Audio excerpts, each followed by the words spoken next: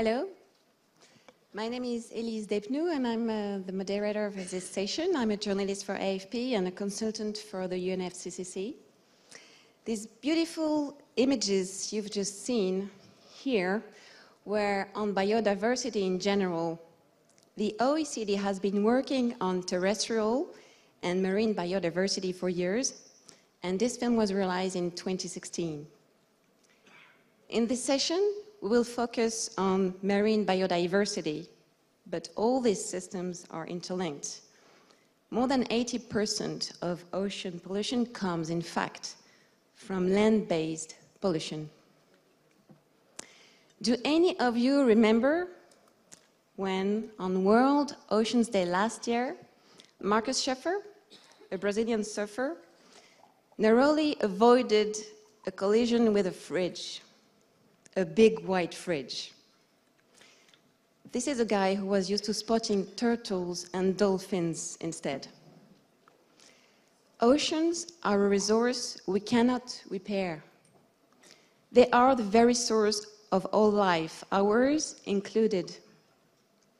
Everybody in this room probably recognizes that we all depend on the oceans for food and as the main means of commercial wealth on Earth. But we also need to understand that our lives depend on species and molecules within it that most of us have never heard of, like ziconotide, powerful painkiller coming from a marine snail venom, trabectedin, anti-cancer coming from a kind of marine tadpole on the health front.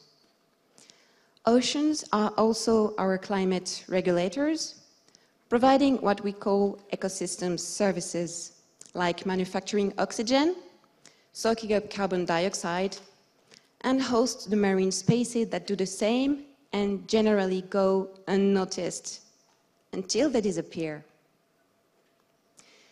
There is one final peculiar argument to make us realize the value of species: just beauty and biophilia.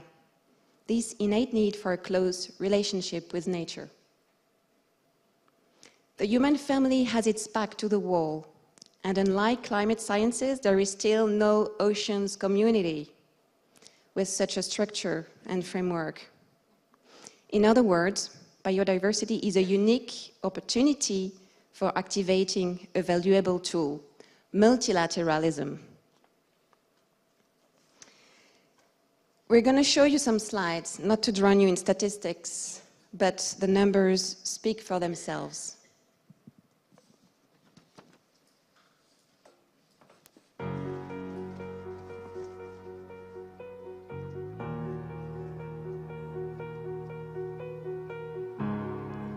Oh. OK. Les récifs coralliens rapportent 172 milliards de dollars par an à l'économie mondiale. La valeur économique des zones humides du monde est estimée à 70 milliards de dollars par an. En 2030, on prédit que les industries liées à l'océan fourniront l'équivalent de 40 millions d'emplois. Mais nos océans sont menacés. « 75% des récifs coralliens sont déjà en danger et d'ici 2050, tous les récifs le seront.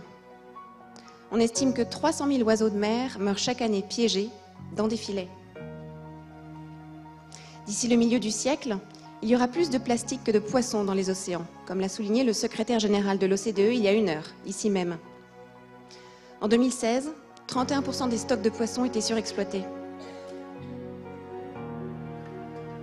Alors, comment pouvons-nous travailler ensemble pour sauver nos océans ?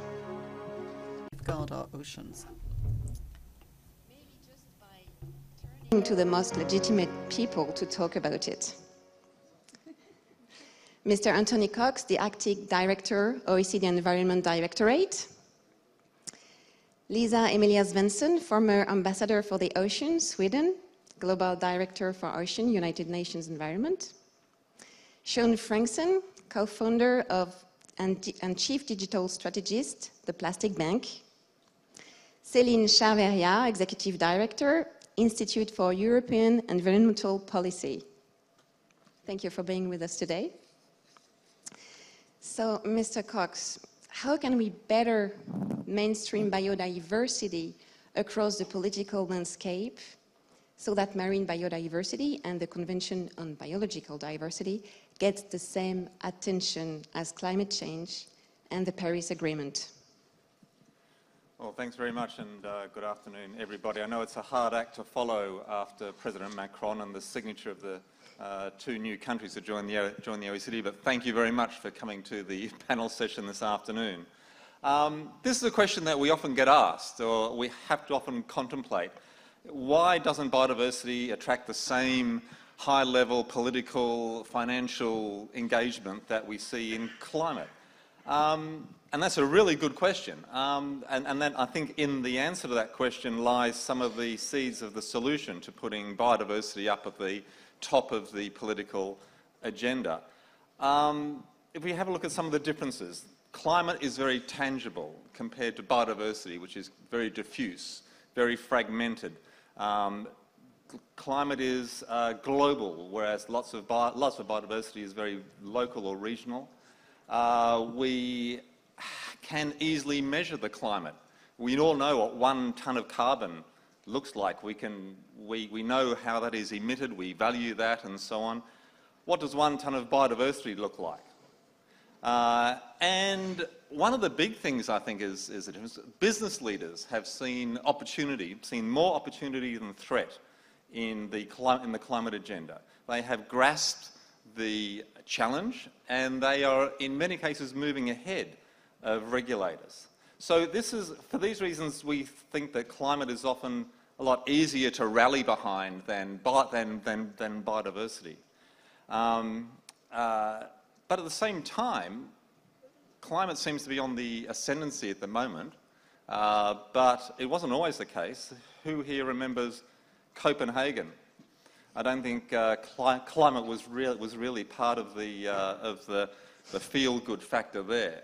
But now it's on the ascendancy with the Paris Agreement, current geopolitical tensions notwithstanding. Oceans is on the ascendancy as well. And I think one of the things that I hope we can explore this afternoon is how we can capitalise on this rising tide of interest in the oceans and draw on some of the lessons from climate. Lessons that focus on issues such as valuation, issues such as linking up the agendas to make sure that we have biodiversity well linked in to the really hot issues like plastics, like fishing, like sustainable livelihoods, things that talk about the SDGs, for example, the Sustainable Development Goals. So linking agendas is key. And also seeing how we can get business leaders engaged. And I'm really pleased to see Sean on the panel today. I'm really looking forward to hearing how he's taken this challenge and is running with it. So the agenda is there, the possibilities is there. What we really need to do is to capitalise on the political interest that is just starting to emerge. Thanks for your analysis. What I suggest for now to open this debate is that we turn to the audience to know what people think about it through a poll. So, what do you think will be the biggest pressure on marine biodiversity in the coming years? 1, plastics and other marine debris. 2, coastal, industrial and agricultural development. 3, overfishing and destructive fishing techniques. 4, climate change. For the French speakers in the room, à votre avis, quelle sera la menace qui pèsera le plus sur les mers et les océans dans les prochaines années? 1, les plastiques et autres microdéchets. 2, le développement côtier, industriel et de l'agriculture. 3, la surpêche et les autres techniques de pêche destructives. 4, le changement climatique. We will look at the results at the end of the session. So, Mrs. Charveria, Mr. Cox was talking about the SDGs agendas. For Europe, do you think Sustainable Development Goal 14, related oceans, should be put at the heart of the European project? Thank you. Thank you for the opportunity to speak here today. IEP is a sustainability think tank. We work across environmental issues, and one of our focus is obviously the oceans. So if you look at the European Union has been really, defending a strong ambition on the issue of the oceans. And I think it's interesting to see where the EU is currently at in terms of itself addressing the issues. One first achievement I think that needs to be recognized is, according to the latest research, Europe has met the 10% target. There is a target within the SDG 14 that says you need to conserve 10% of marine areas, and Europe will finally meet this right now. 3 regions have exceeded that, and one is very close at 9.9%. And that means that between 2008 and 2015, the spatial coverage of marine sites that are protected has quadrupled. So I think sometimes, we get really depressed that nothing is moving, some things are moving. Another thing that's moving in Europe is the strategy for plastics in the circular economy.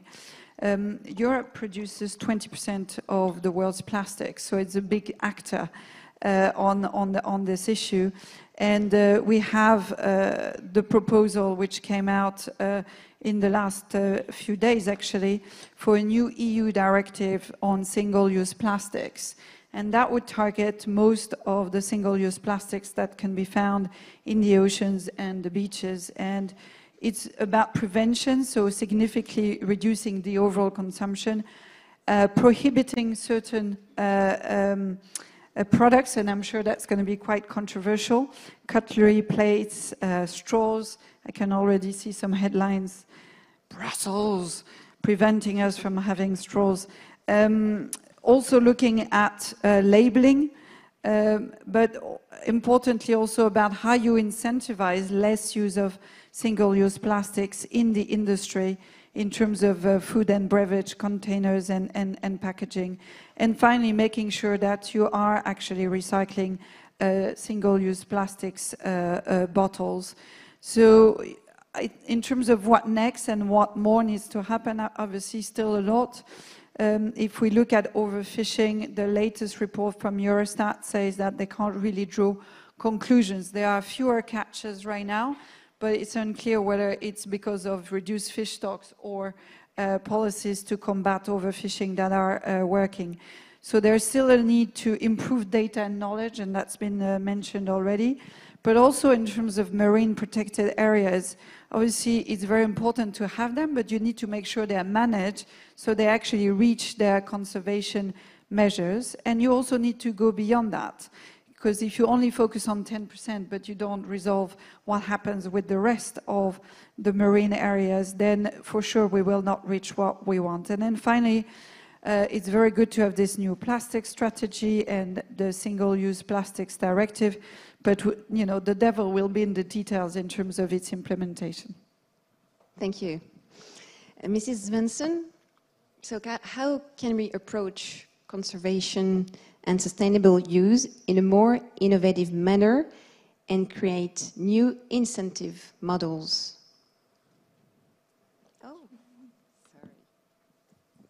Thank you very much.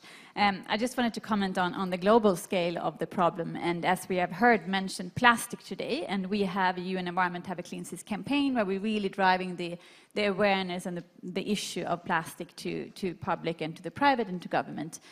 But we also have to realize that plastic is maybe what you, Anthony, also said is the answer of how we could explain what's going on in the ocean. Because most people realize that when we see the plastic on the beaches and turtles being tangled in plastic, it's just not natural. It shouldn't be there. I think even some people, global leaders, would fully agree with that. And that gives us a tool to communicate the problem in the ocean. This is not the worst problem. There's other problems. Runoff of agriculture, for example, wastewater. Most of the pollution is from 10 rivers worldwide. So if we can stop this pollution coming from 10 rivers, we have solved a big problem. Obviously, that's a quite big challenge. But so the plastic is a very easy communicative tool. So this is also why we have sort of focused on that, particularly in this awareness. And if we're looking at Asia, and I think it comes down to your question as well, how do we find the solutions into this massive problem? And most of the plastic, if we take that as an example, is being produced in China, in Asia. 6 out of 10 countries or something like that. But that's not a blame game, because we're all part of the game. Because I'm from the Nordic countries, and even in Europe, living in Kenya, as I do, we all buy products that are produced somewhere. It's a massive export and import, talking about trade that Macron referred to. We're all part of this game. We're all to blame in how we produce and buy plastic and how we ship it. So it's also embedded in our trade deals. And I think that's something that we need to remind ourselves. And the whole Asian problem with marine pollution affecting the marine biodiversity is not just a problem in Asia. It comes up on the beaches all over the world. I was in Africa, we had a cleanup, we saw the turtles, and there is coffee packages from Asia, is packaging all over the world. Because the ocean does not have borders. We might talk about countries and regions, but ocean doesn't feel borders. A fish have no idea if it's swimming in the Baltic or if it's swimming close to the Finnish border. So that's, I think, is the essence of multilateralism. The borders are not in ocean. And I think that might be a communication tool for our leaders talking about multilateral, what that is. And I wanted to point out that, for example, if we have the same unsustainable economic models as we have had in Asia, coming out into, for example, Africa, where we have 80 people born every minute to 250. That would leave Africa at 2.5 billion people by 250. It increases tremendous resources on food, on oceans. So when we talk about ocean finding solutions, ocean is the answer for the future economic growth for many countries and for many people, because we have used up a lot of resources on land, or particularly in an unsustainable way. And I just wanted to mention, which is quite interesting, Nigeria, there are more kids and babies born in Nigeria and the whole Western Europe. And that says a lot about the forthcoming pressure. So we need to change the way that we are having business models, business as a unit, but also the whole economic models on how our society function. And if Africa is going to adopt the same economic model as we have in Asia and Western Europe, with unsustainable sort of non-circular economy or non-circular way of produce and consume production, you know, this mention that Guterres mentioned is that you're going to be more plastic than fish. We're going to have, it's going to be a dump as it is, the ocean. So it's a tremendous problem that we need to address, and we need to communicate it in the way that people understand, particularly the political will. And so what is then the solutions? The solution is to really work not only on one issue, obviously to stop the whole pollution issue coming out in the ocean, because what we do on land comes out in the ocean, and that's for everything, in terms of fertilization, from the runoff, the pollutions, etc. And we need to have new innovative business models. So moving away from a corporate social responsibility, ticking boxes and principles, to really change the game. How do we produce, and how do we put a value on plastic? For example, if plastic would have a value, it would not have ended up in the ocean. Somebody would have taken care of it and put it in the circle economy, what we call it. And I think the essence of changing practice, and that is for so many other aspects of changing this course. And I think this is the main point at this point. How do we create incentives from the government level for business community to come up with the solutions? Because the business are the ones with the brains, the creativity, the dynamic force, but also the risk of the early stages of business models. And this is what we need to work on. At the same time, as well as we're putting pressure on government to take legislative actions, and that could also be a threat for business to act. But we also have to remind ourselves that if we are just doing business as usual, the ocean will have double the plastic what it has at this point. So if we're not changing urgently, and a legislative action for a convention, for example, on plastic, that would take at least 10 years. And we don't have 10 years in this particular case. And once again, I just wanted to draw attention that plastic is an example what's really happening in the ocean. Thank you. You've just helped me to do a transition to Mr. Frankson, who's going to talk about social plastics. Mr. Frankson, the Plastic Bank, is an inspiring example of how an innovative idea bridging an environmental and a social need can bring concrete change. How do you reckon you can scale up this project? And what other innovative ideas are out that are having the same impact? How can we scale this up? Yeah, so at the Plastic Bank, we started to look if there was a business solution to stop the root cause of ocean plastic. As much as people talk about scooping plastic out of the ocean, I think it's absolutely critical that we start by turning off the tap. We often call it a plastic problem, but really it's not a plastic problem, it's a human problem that we created and that we can solve. And as was said earlier, about 80% of ocean plastic starts on land, most of that in developing countries. And we really started to look at how this happens. And what we discovered is that all these areas where plastic is bleeding into the rivers, bleeding into the oceans, just has an abundance of extreme poverty. And it's not that someone in poverty is trying to do something evil. It's that they're literally trying to survive for the day. They're trying to feed their family. And when you're living like that, it is impossible to see beyond your own household. It's impossible to see the global impact that plastic pollution is having because people are trying to survive. But the irony is these areas are littered with plastic pollution. And plastic is pound per pound more valuable than steel. And we started to look at the solution to, if plastic was just worth a certain price, we wouldn't see it on the ground anywhere. And when we can create these recycling incentive programs in these vulnerable communities where people go out, sort the plastic by type, color, and then they're given a reward based on that type of color and type of plastic, but where we can have that entire ecosystem united, where we deal directly with the largest corporations on the planet who have come to us, or we've come to them, and we've had the challenge that if you have to use plastic, it should be the most environmentally sustainable and the socially conscious plastic possible. And this is social plastic, very much like a fair trade, where we put the collectors and the communities where this plastic's coming from first. So instead of negotiating a global supply chain at the lowest price, we look at that price where if we can just empower people and communities to recycle and understand that value you can get from recycling, they start to see the value in plastic. And it becomes amazing when you go beyond just collectors, but when you have a community know that you can trade your plastic for either cash, cell phone charging, school tuition, healthcare. The more you have that paradigm shift that plastic's valuable, the more the community both starts to rise in that level of ascension of life improvement, but also awareness that plastic is not trash. And this is something that we've looked at, that it can't just be campaigns. It can't be beach cleanups. It can't be just one little village or town doing a nice-to-do initiative.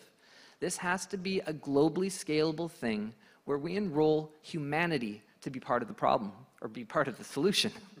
And for us, it's really been that entire chain that even starts from the everyday average consumer. Because every time you purchase something, it's a vote for how a product was made. And we've had millions of people ask for social plastic, which then allows us to go to some of the world's largest companies and say, you can meet a demand and have an economic opportunity to do good through your business.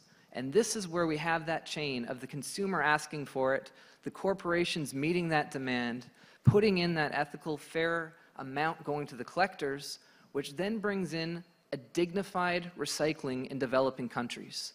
And the short of what we're really trying to do is provide a universal basic income that anyone can get through recycling. And even in our solution, we have a blockchain digital banking application where the world's unbankable can have their own digital savings account and opportunities for healthcare and school tuition, all through recycling, which is really a long way of saying if we just reveal the value in plastic and change the incentive systems and have that incentive universally known, It's just a paradigm shift for humanity. What are the main locations for the implementation of the Plastic Bank? And how do you recruit your program leaders and the people who collect the plastics? Yeah, so we're currently in Haiti, Philippines, just expanding into Brazil, Indonesia, and then through the application that we're developing, by next year it'll be ready that anyone just with an app and a cell phone can independently start their own recycling ecosystems and become qualified for our recycling programs. And what was the second question? How do you recruit your program leaders and the people who collect the plastics? Oh yeah, so critical to what we're doing. We don't show up and start things ourselves. We find local champions already involved in recycling, local communities that already have a starting point, and we just empower them to run programs, locally run, locally owned in their own cultures, own regions, and we just empower communities to reveal the value in plastic and pass on those incentives. So it's all just local and just putting a platform on top of what already exists. Thank you. Now I propose you to discover the results of the poll. So that's interesting. Climate change comes first with 32.26%. Then coastal, industrial and agricultural development, 29%. Do you have the results? Yes. Then plastics and other marine debris and overfishing and destructive fishing techniques. Mr. Cox, I know what you know. What is the right answer to this poll? The real answer? I don't think there is a right answer for this poll. I think it's all of the above. It's a question of the emphasis and, as I said before, how you link up agendas to ensure that you get the kind of policy buy-in that will help generate action.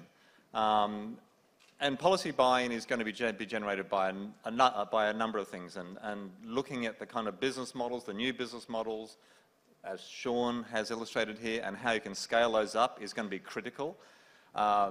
Corporate social responsibility on the part of businesses is also critical as well, because that puts a lot of pressure, a lot of high-profile pressure. For example, Wimbledon, the Wimbledon tennis tournament this year has banned straws, has banned plastic straws.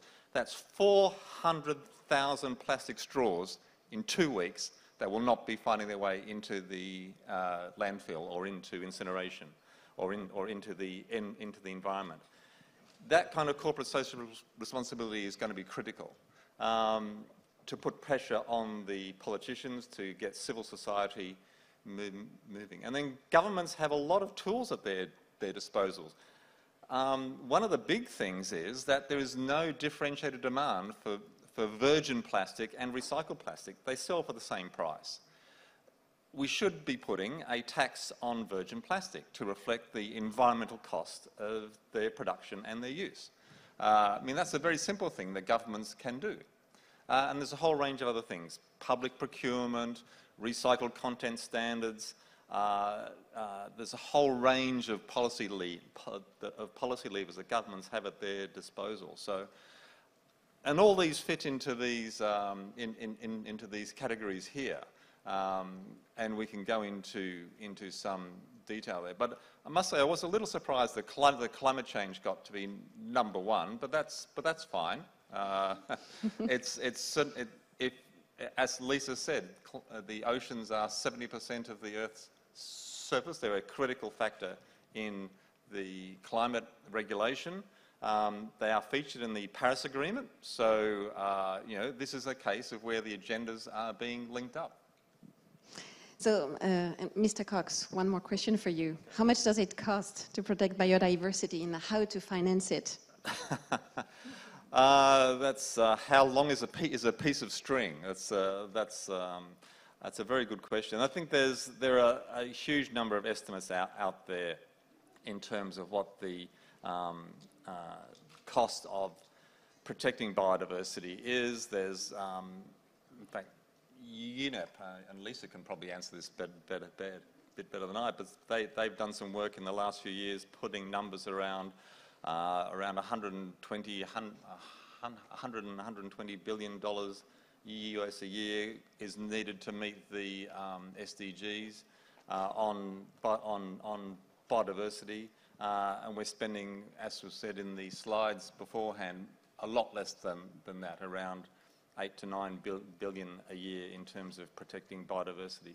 So the benefit-cost ratio is clear that there's huge benefits. The trouble is it's very diffuse.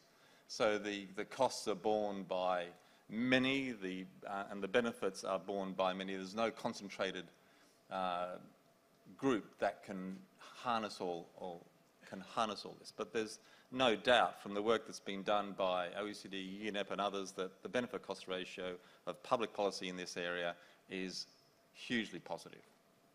Mrs. Chavaria or Mrs. Benson, do you want to add something? Well, I just wanted to say that in terms of the costs, I think it's always important to compare that with the cost of inaction or the lost economic value. And I think there's an interesting statistic that shows that, again, to talk about plastics, because of littered plastic, there's estimated 100 billion in lost economic value, because you basically have a valuable material that is considered as a waste instead of a material that could be reused. The other thing that I wanted to say is yes, governments have lots of options, and we talk a lot about recycling in terms of plastics, but there are also other important complementary measures, and one of them is to make sure that there is more recyclable plastics. I think people don't know that many plastics that are put on the market are actually not recyclable, and this is because of their design. So eco-design is a very important element of the answer. So for instance, if you have additives that are called opacifiers, it's very hard to recycle the plastic. Some of the things that you think are actually cart are a mix between cart and plastic, and so therefore it's very hard to separate one from the other. Also, the design itself, depending how something is shaped, it can be more or less easily recyclable. So I think one of the key elements on that is to make sure through regulation, through eco-design, that you get a higher degree of plastic that is produced that is truly recyclable. Thank you. So, to all of you, how can we get out of the catch-22 paradox that we have to value biodiversity in order to save it, but at the same time putting a price tag on it is only a temporary snapshot that in any case undervalues its true worth for humanity? Mrs. Benson. Thank you. Well, I might want just to add to the previous speaker, and I said it's not the cost of what actually it costs to conserve. It's also what is the value of the fish in the water contra what is the value of the fish on the market. And we might have a higher value actually of the fish in the water, and that means this whole ecosystem approach, which we often mention, and seldom do we explain what that is, which is, of course, we need to know what we have. What is that? What is the value of that? Not only monetary value, but also the social and cultural context. And then what is the trade-off? What if we explore this beach with a huge port, but that was a beautiful tourist place? And we know tourism is a huge industry, and it's also creating local jobs. And nobody in here would like to pay a fortune to go to a beautiful hotel, which beach is just polluted by plastic. And that kind of value, tourism, for example, doesn't pay for. Neither do hotel, but it's just an assumption that the community or somehow should take care of it. So we need to do the math on how we calculate the cost and also benefits in a very different way. And I think my point is also that I wanted to add that I think we should not compare different tools with each other. We need to move on so many different levels to stop this tremendous problem. And I just wanted to give you a story that I share with the beach cleanup. Beach cleanup is not a solution in itself, but it's a very good communication tool. It's not the fact that we just go and clean up beaches. It's the experience when people who have never faced a tremendous problem and what they feel when you do it. I was on a beach cleanup in Alicante in October with the CEO of Volvo Cars, and he was truly amazed. He'd probably never been faced to any environmental problem so concrete and in details. And he was shocked, and he said, this was the eye-opener to me. And this month, or actually last month, Volvo Cars announced that they will single out or phase out, remove all single-use plastic in the cafeteria, in the canteens, and all the event. And this is just the first starter of this initiative that one company would do from a very small effort. But it's really an educational story, and that's a move, that's a wave that we need to push for. Thank you. How can technology play a part in saving the ocean? Mr. Frankson? Yeah, I think technology is going to play a huge part in really saving the oceans and being a huge part of cleaning up this planet. I think the problem when we look forward, we always look at the things that we can remember, that we've seen before. We look at the solutions that have already worked, and then sometimes we feel trapped because looking forward, those solutions aren't going to be big enough to stop ocean plastic, to take plastic out of the ocean, to, save the coral reefs. But, I'm inspired by technology. The more you look at what we're doing just with nanotechnology, solar technology, the combination of all these things, that I honestly think the solution that really cleans up the ocean, saves the reefs, is probably something that has not been invented yet, but I'm optimistic that it will, which is where I don't find it blind faith. I've just seen the technology curve of adoption that I do think will slowly find solutions to clean up carbon, clean up the ocean, and there's more and more minds working on these problems, and I just find it inspiring. The more minds we have working on problems, the more solutions we find, and the more economic opportunity there is to solve these problems, the more minds, again, you get working on those problems, which is where my optimism of technology comes from. Thank you. Now I'd like to ask the panel first. What would you like to see as the next steps for the ocean's protection within the next years? Should I? I can go. I think there would be one issue. I wanted to have a massive educational effort in all ages, including policymakers, decision makers in private sector, and kids. Thank you. Mr. Cox, Mrs. Shavaria? Mr. Cox? I think that education and communication is going to be key. I think that that this needs to be translated into policy action. I think that things like the Canadian government putting oceans front and centre on the G7 agenda this year is the kind of thing that will raise the issue of oceans to a very highest political level, and then trying to get action flowing off the back of that. We have these very strong groups, the G7, the G20, which can effect change, which can effect policy change, and can provide the kind of momentum that I think we really do need. Mrs. Shavaria?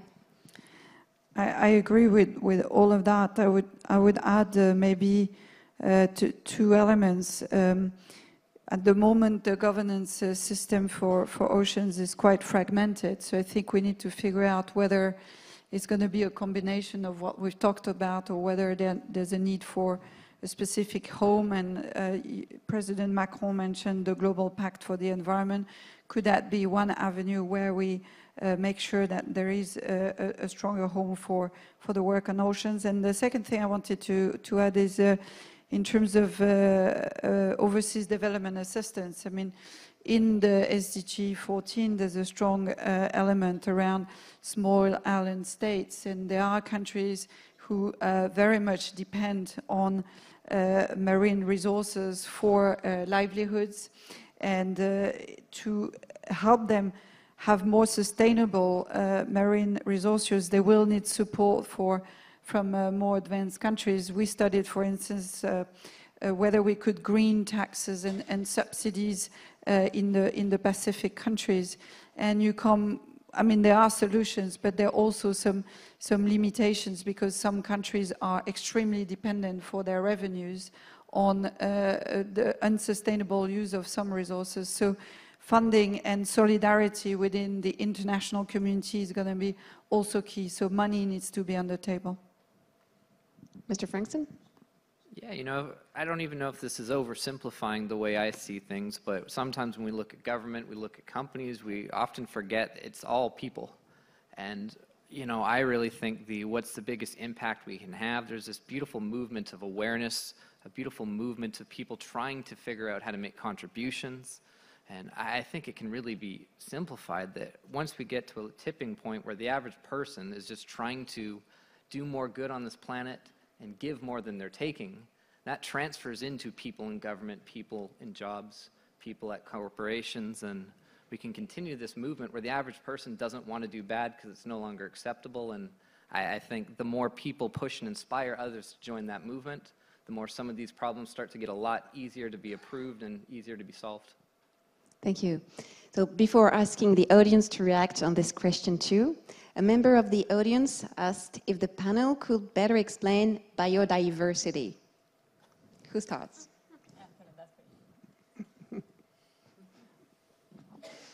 Better explain biodiversity. So that's basically every living thing. Our ecosystems, the system that we depend on for our very existence. So it's a hard term to explain. Is that we're after I guess the crux of the question is there a better term that we can use to communicate? Like climate has a real ring to it. Biodiversity is kind of everything, and that paralyzes action in some cases. So I don't know that I do have a better term for it. Maybe the other panelists do. Maybe nature, maybe living resources. And when we talk about the oceans, we often talk about marine living resources. But what we do want is something that a politician like President Macron can hook on and can communicate easily, succinctly, and with passion. So I agree that biodiversity is a little challenging in that regard, but let's continue the search. Maybe this is something for another poll that we can open up on the OECD website and we'll see. Lisa, do you have a good idea? No, I said that to you, living resources. Oh, okay, you have a good idea. I'll pass over to the others. No, I think we leave it like that. Okay, so if the audience wants to react about the question, what would you like to see as the next steps for oceans protection within the next year? Who wants to talk? Can I pose a question as well? Is that okay if I... Of course. Okay, so, oh, great. So the man on the end, I forget your name, but you talked about incentivizing recycling, and yes, that's a very good solution in the modern world where we live, where we use plastic and then have to recycle it.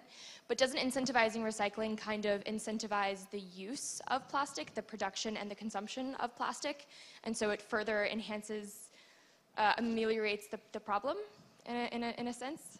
That's an excellent question for sure. I think, for one, incentivizing recycling, changes the paradigm as a starting point of plastic being a single-use disposable to being a continuous closed-loop substance.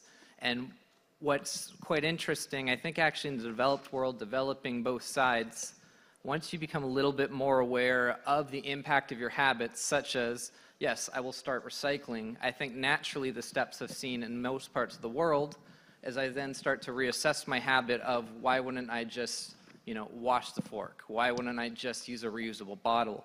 And even in our programs, the incentives that people get recycling don't necessarily transfer to, I'm going to buy more plastic because I can recycle it, because quite often the solutions, not to use a straw, is cheaper. So quite often the creativity of just being more aware of your actions can actually just be a habitual way to not use more, and it's really that paradigm ascension, I guess, more than the economic ascension.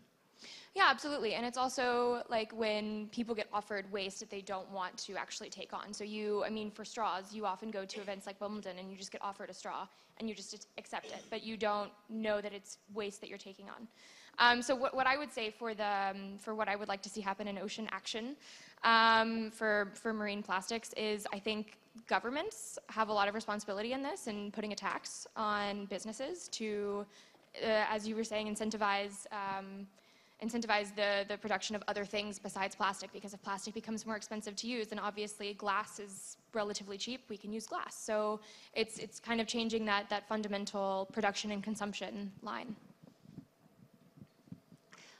Can I ask a question to the audience? How many of you would be ready to give up straws in their cocktails? Well, good.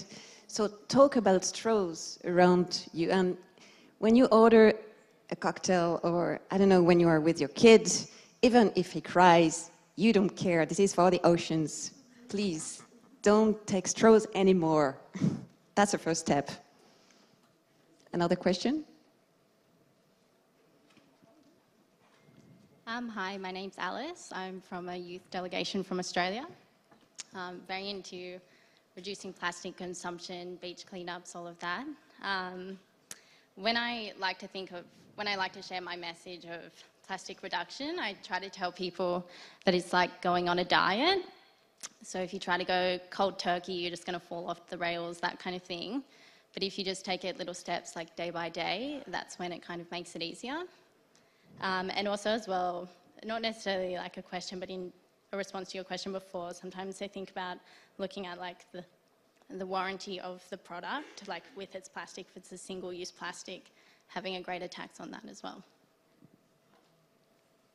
If someone wants to react in. Oh, it doesn't need a reaction. Yeah, it's just a reaction, yeah. Okay.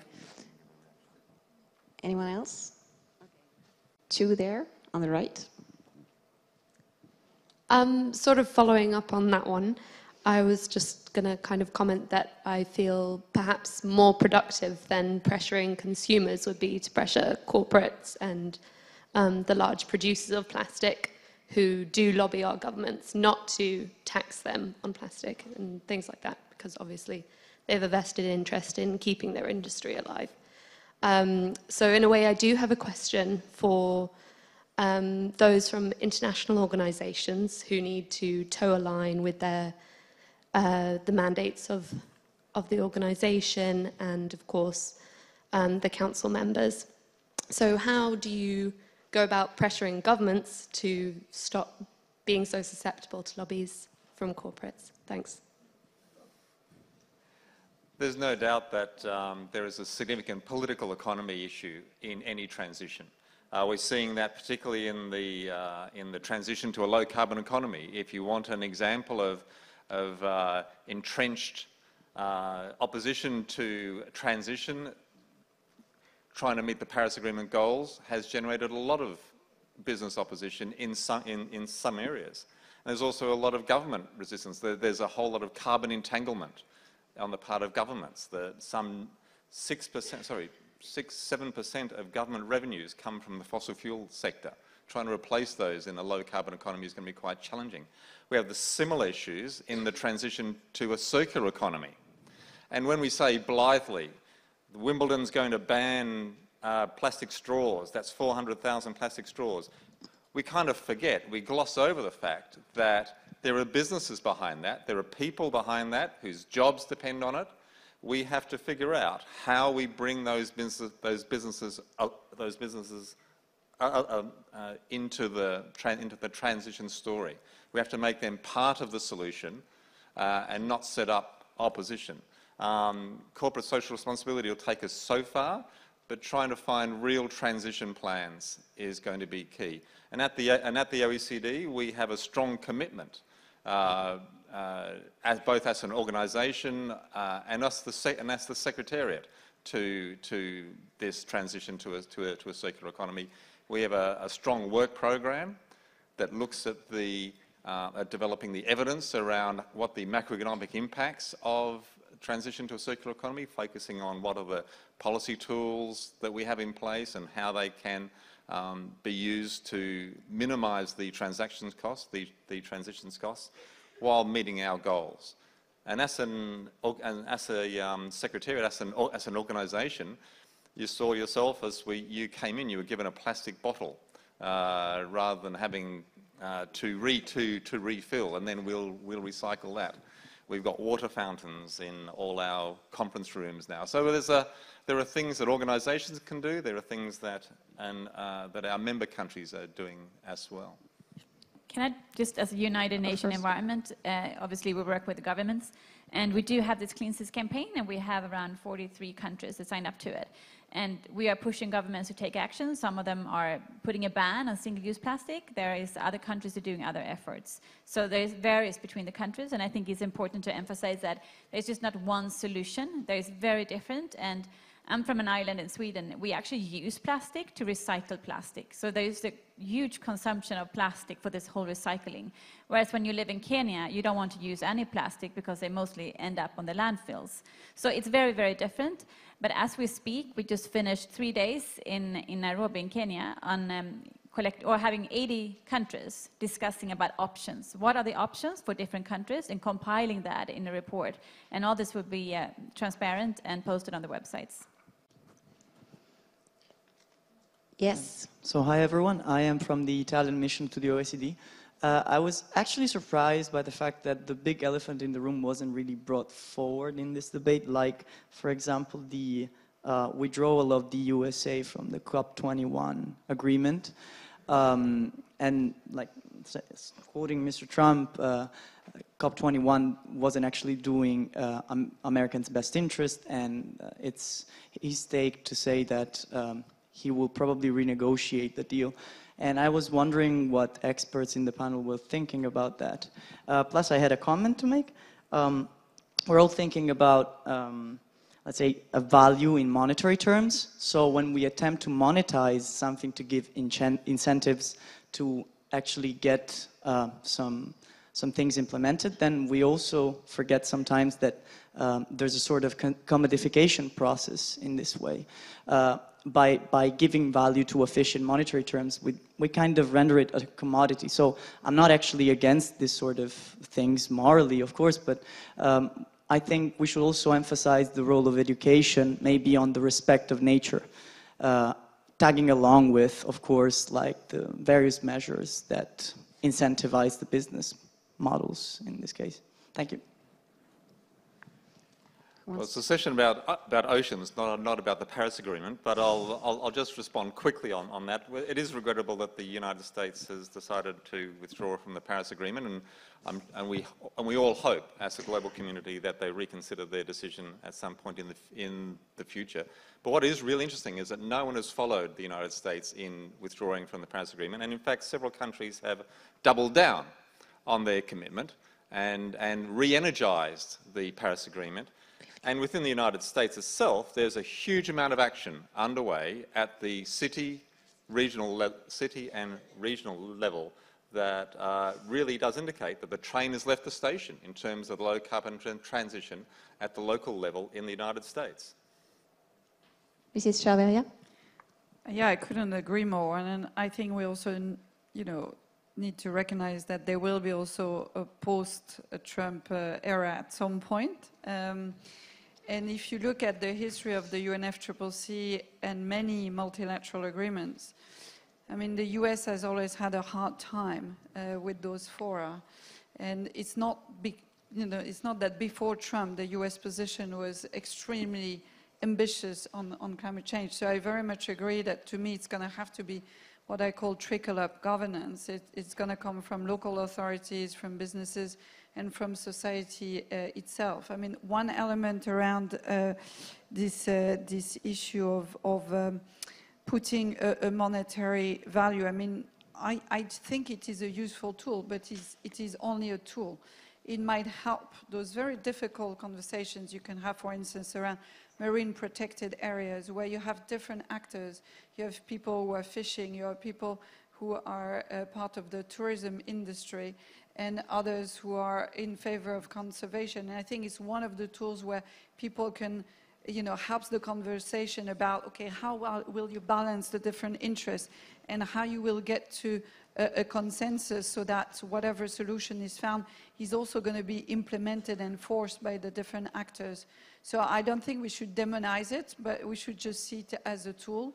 And then in terms of the commodification, I think as long as you make sure that you also talk about the cultural elements and also, the love of nature as part of the same conversation, I think you can, prevent those risks that it just becomes a money discussion. And, yes, there's a question here in the middle. Hello everyone, thank you. I'm Farah.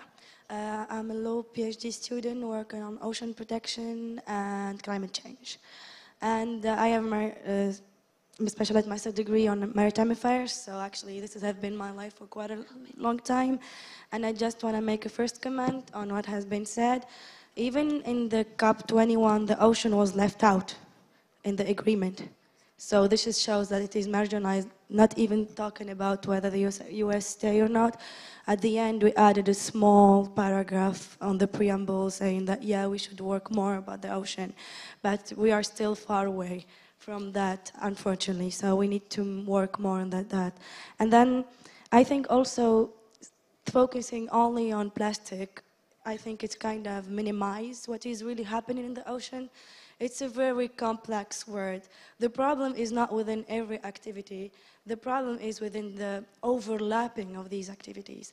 We have a very limited space, and this space there is overlapped with different jurisdictions, and then different activities, and each activity is kind of organized by a different organization. So this is where the question comes. What do you think? I do believe that we need more cooperation because we have, for example, within the United Nations, we have DOA laws that works on transport, maritime transport, and then you have the UNEP that works on environment, but we cannot really dissociate both. We cannot say that we should be protective on this area, not on the other. Everything is complex and everything is linked to everything. So what do you think about a better cooperation? And maybe because there are also two new kind of subjects, whether climate change or protection of the environment, we haven't taken the time to stay down a little bit and just digest all the agreements that have been taken. Because there is a little bit of environment in every sector, a little bit of protection in everything, but we have never really taken the time to think about everything and try to harmonize it and evaluate what we have and think about how can we build on it. Do we need more or do we need to better what we have? So those are my questions, and thank you. Who wants to answer this question? Yes, I can answer the question. I mentioned before that I see plastic as a very visible topic. It's obviously not the only problem, but it's a very visible tool to make people understand the tremendous problem. It's like a canary bird in the mine, and that's how I see the problem. And obviously the runoff from agriculture, the wastewater, as a part of the marine pollution, but everything on land, including emission, comes out in the ocean. So that's a hard thing to grab. It's like biodiversity. How do you explain everything is all linked together? And this is both a challenge and the opportunities with this whole agenda 2030, the sustainability agenda. It's everything and nothing. And that's also the problem with the ocean. It belongs to everyone, but no one protects it because there's not accountability. And being the ambassador for ocean from a government, I also know the challenges in a government to run through different ministers and units and branches to call ocean, because you don't really have the main line to focus on. And that's a challenge. At the same time, it offers opportunities. And I just wanted to also reply to that question and the previous one. We talked about the lack of climate change not in the ocean agenda. And I think US has been sort of a very visible way of sort of phasing out that or not agreeing. But there's a lot of things happening on the state level. And there are, for example, a bill in the Senate on plastics and pollution. And Rhode Island just signed the Clean Seas campaign in the lack of federal government. And for example, the state of California, which I understood that here today, is the 6th largest country if you look at it in the global scale. So there's a lot of emphasis we could do on a local level. And then not to forget China in this case. China imposed a ban to import waste into China. That put a lot of pressure to other governments, including New York, but including United States, to come up with their own solutions. And that brings us into the whole, building up momentum for action from the private sector. When you have a risk and something urgent, you need to find a solution. And then when you have those bans, for example, that China had, then you will come up with solutions because it's landfills. Recycled plastic ends up on landfills, and now it's time to do something. And I think that's even in the United States. One more question? Yes? Here? Or you will have a microphone. Just hold on one sec. I think there are a lot of small things as well as a big thing, but just to take the issue of straws. What do you do with the existing stock of plastic straws? I mean, has somebody figured out a solution about where you put the ones that they've already manufactured? because it's very nice to say don't use them, but there are millions of them around. The other thing was... Going to recycle them. Pardon? Sean's going to recycle them, I'm sure. The other thing is, I think that as you build the constituency, there are taking a lot of small actions and throwing it into social media. For example, how many people get food delivered to home that always has plastic knives and forks in there? And who needs them if you're at home? I've been trying to do this in New York City. I tried to get the New York City Borough President to propose something in the City Council with no luck so far, but who needs it? You know, so tell the restaurant industry, save some money. Don't put them in there. A lot of small things. I would say one other thing, to detangle some of the industrial interest from government, one thing would do would be get as much money as possible out of politics. Yeah, so about the straw question, I mean, it really kind of depends how easy it is to do region by region. I'm from Vancouver, Canada myself, where we have a blue bin recycling program. So for what to do with the straws when they're being used, recycle it would be the answer. But again, sometimes the more I learn, different region, even my own country, different provinces have complete difficulties in everything being recycled. You know, I usually like to look at everything organically done, you know, without needing government intervention. But if I was ever going to plead for one government form of intervention, it's simply to be no fast food restaurant to be allowed to hand something out that they do not have a system in place to recycle. And I think if we looked at fast food chains doing that, retailers doing that, with the simple solution that you cannot hand something that cannot be brought back, that alone would create an entire economy around recycling just about everywhere in the world.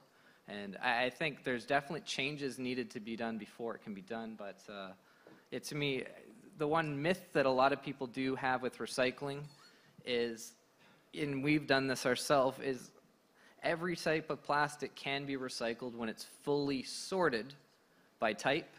And the problem that a lot of recycling has in the world is people try to jam it all into one giant warehouse and say, now what do we do with it, is where a lot of the what can and can't we recycle problems come from. But when everything's being treated properly, just about every of the modern produced plastics, which aren't the mutant plastics or the mixed bag of things, fully can be sorted, recycled, reused. It's just a matter of having that chain being accessible to the average person. So I always look at it as an incremental habit thing, even as a person, that it's impossible for me to go plastic-free overnight. It's incredibly possible for me to reduce my footprint at least one habit at a time, even 1 month at a time, to slowly start figuring it out. Would you also work from the customer demand side, say for the fast food restaurants, that customers demand that anything they get be recycled? Yeah, and my quick note on customer demand, you know, it can be a bit of an overstatement, but when we look on the consumer side, the second people stop buying a product, that product stops being made. The second people stop buying from a company, that company goes out of business overnight. And if there's enough people who, from a consumer demand, just buy with their actions, that's enough to completely change a company without regard to the people in that company. You could have people who do not care about anything other than the bottom line, but the second someone stops buying, the bottom line becomes impacted. Just as simply with the straws, the day that no one actually takes a straw from McDonald's, they leave it on the counter. McDonald's has no reason to reorder straws. If I could just pick up on a couple of points on that Sean made. First of all, on the issue of behavioural change, I think that's going to be one of the keys.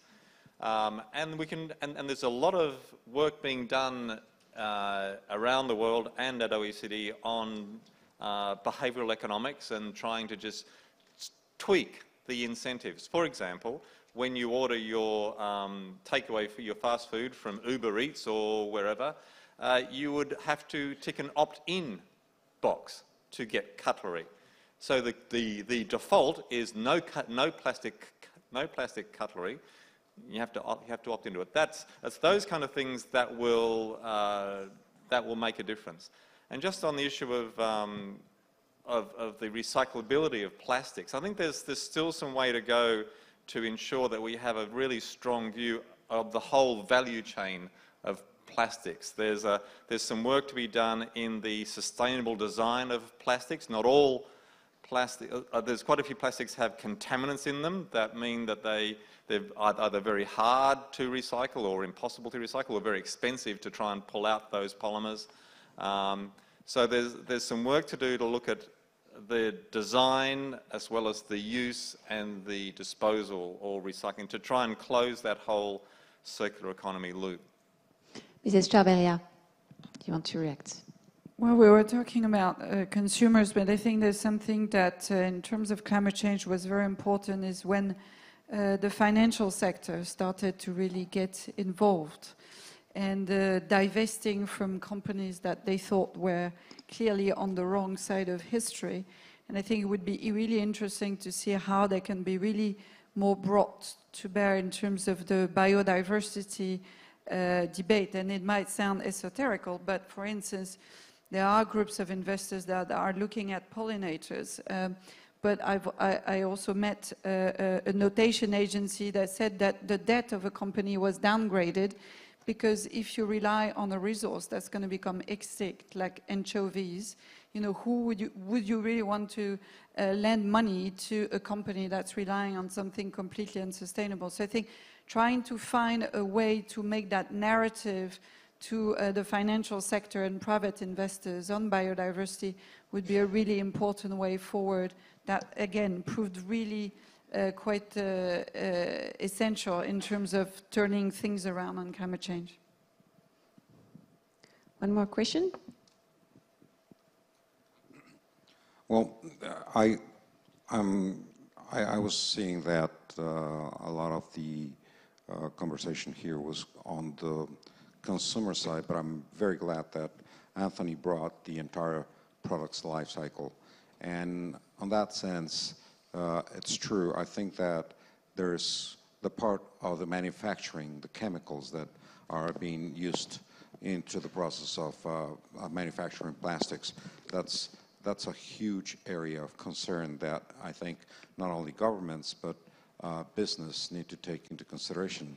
However, the problem sometimes is that business and governments try to work together to try to protect the industry and continue ahead.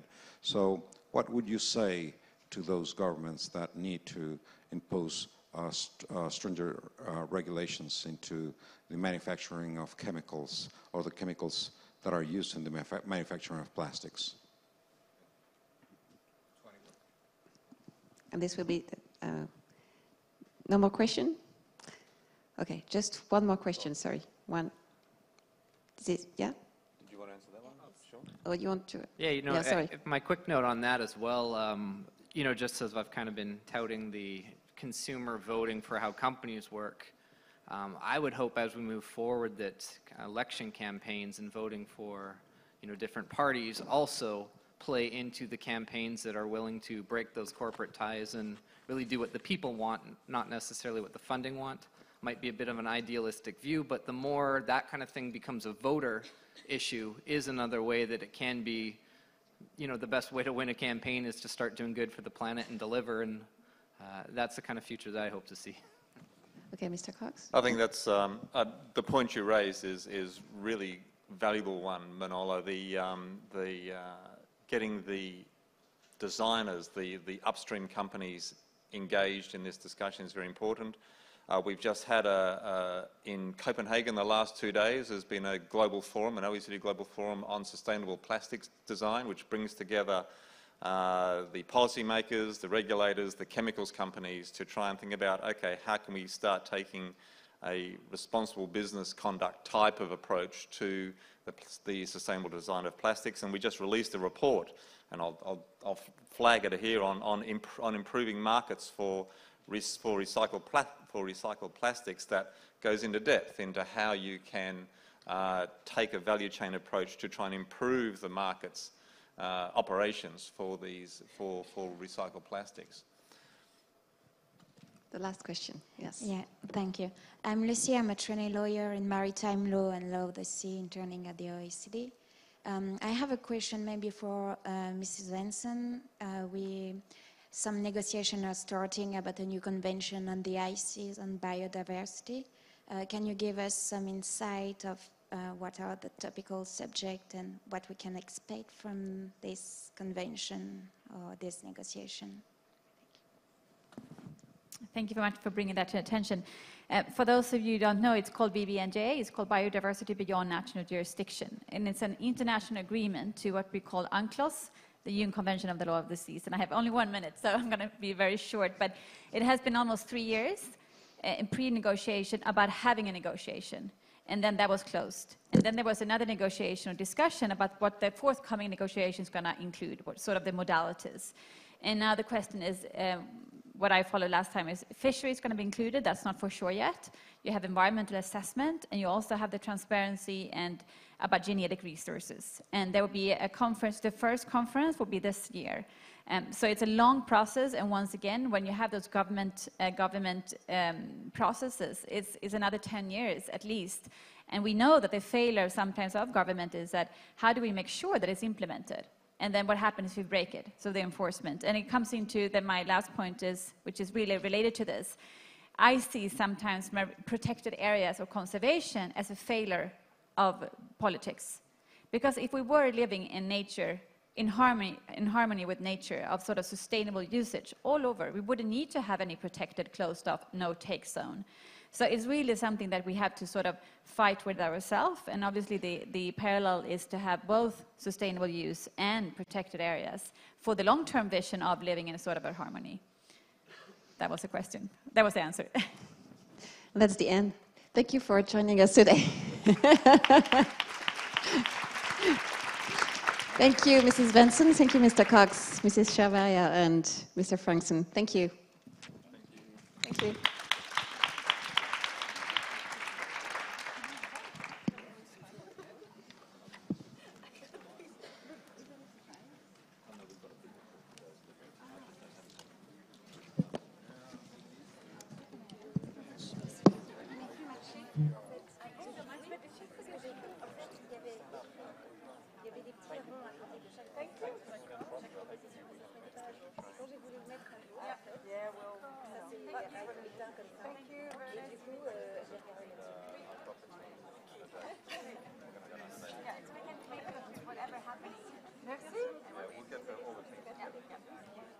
Sweden. Bonjour.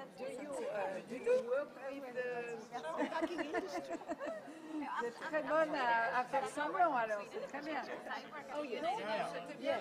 But I mean, the agreements with packing industry, I think they are just basic because they always try to do a mix of paper and plastic. So I think they have to really insist that they are using either plastic or paper. Yes, yes, but we know very well. People Commence à quand même un petit peu together. So, and besides that, for instance, as you know very well, paper cups are 3 times more expensive than plastic cups. Still, is it going to change?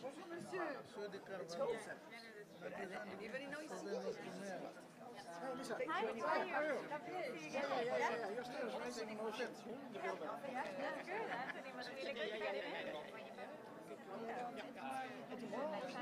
Also be discussed in the ministerium itself.